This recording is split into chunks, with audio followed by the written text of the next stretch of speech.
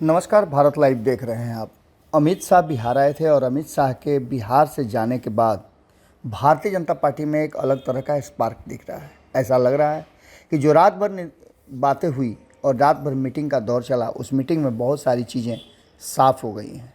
पूरी तरह से सम्राट चौधरी को कमान दे दिया गया है और सम्राट चौधरी के पीछे पूरी भारतीय जनता पार्टी खड़ी है।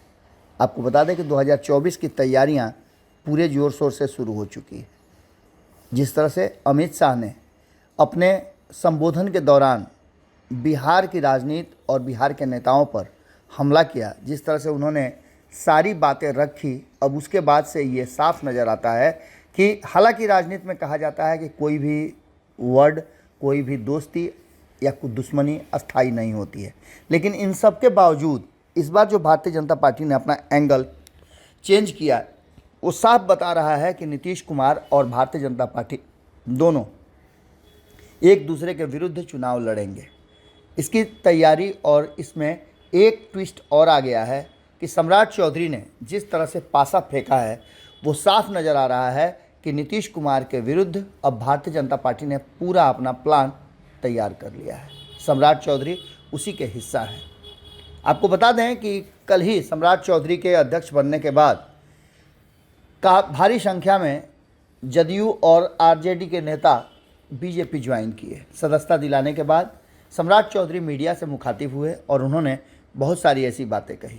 नीतीश कुमार पर सीधा हमला करते हुए उन्होंने कहा, और आपको याद भी होगा कि हमने आपको बताया था कि सम्राट चौधरी ने, और सम्राट चौधरी ही नहीं, पुराने समता पार्टी के कई नेताओं ने ये बात कही थी कि सम्राट चौधरी और उनके पिता शकुनी चौधरी दोनों उस समय उनके घर पर ही समता पार्टी का निर्माण हुआ था और समता पार्टी के अब एक भी ऐसे सदस्य नहीं हैं जो नीतीश कुमार के साथ हों। इसका सीधा मतलब है कि नीतीश कुमार अवसरवादी और अपने मन की राजनीति करते हैं। ऐसी स्थिति में पूरी तरह से कहा जाए तो राजनीतिक दल नहीं बल्कि पॉकेट का दल है, और ऐसे दल में लोग क्यों रहना चाहेंगे।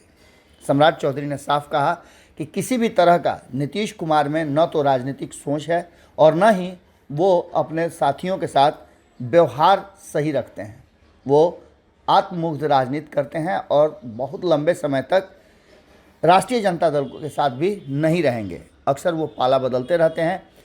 जहाँ तक राजनीतिक सूचिता का सवाल है और गठबंधन की राजनीति का सवाल है, तो हमने हमेशा त्याग किया है। 2019 में भी हमने अपने सांसदों का त्याग करके नीतीश कुमार को अपने साथ लिया था।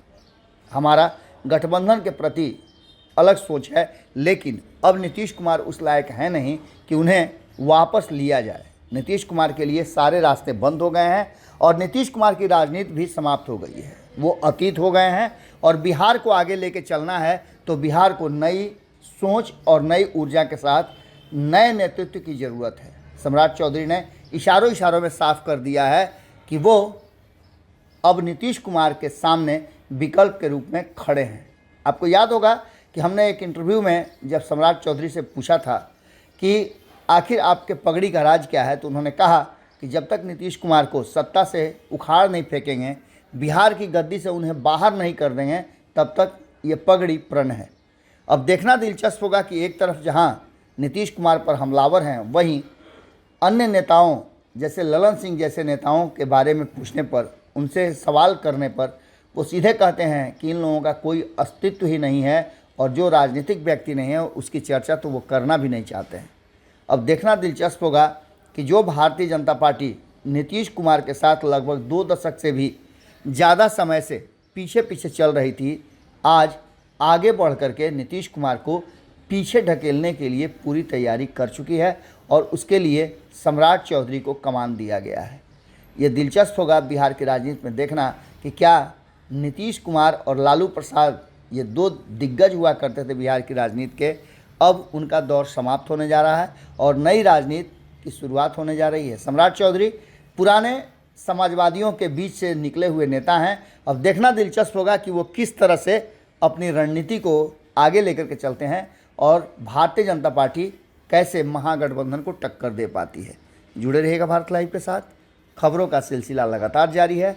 बहुत बहुत धन्यवाद। अगर ये वीडियो पसंद आई और वह बिहार के राजनीति और बिहारियत से सरोकार रखेनी तो सब्सक्राइब बटन दबा के चैनल के सब्सक्राइब कर ली। ओजे एगो घंटी बा, ओकरा बटन दबा देला से कुल सटीक और मारक खबर रुआ मुफ्त में मिल जाई। अगर रुआ पत्रकारिता के हमनी के नया प्रयोग में सहयोग कर चाहतानी तो ज्वाइन बटन दबा दी।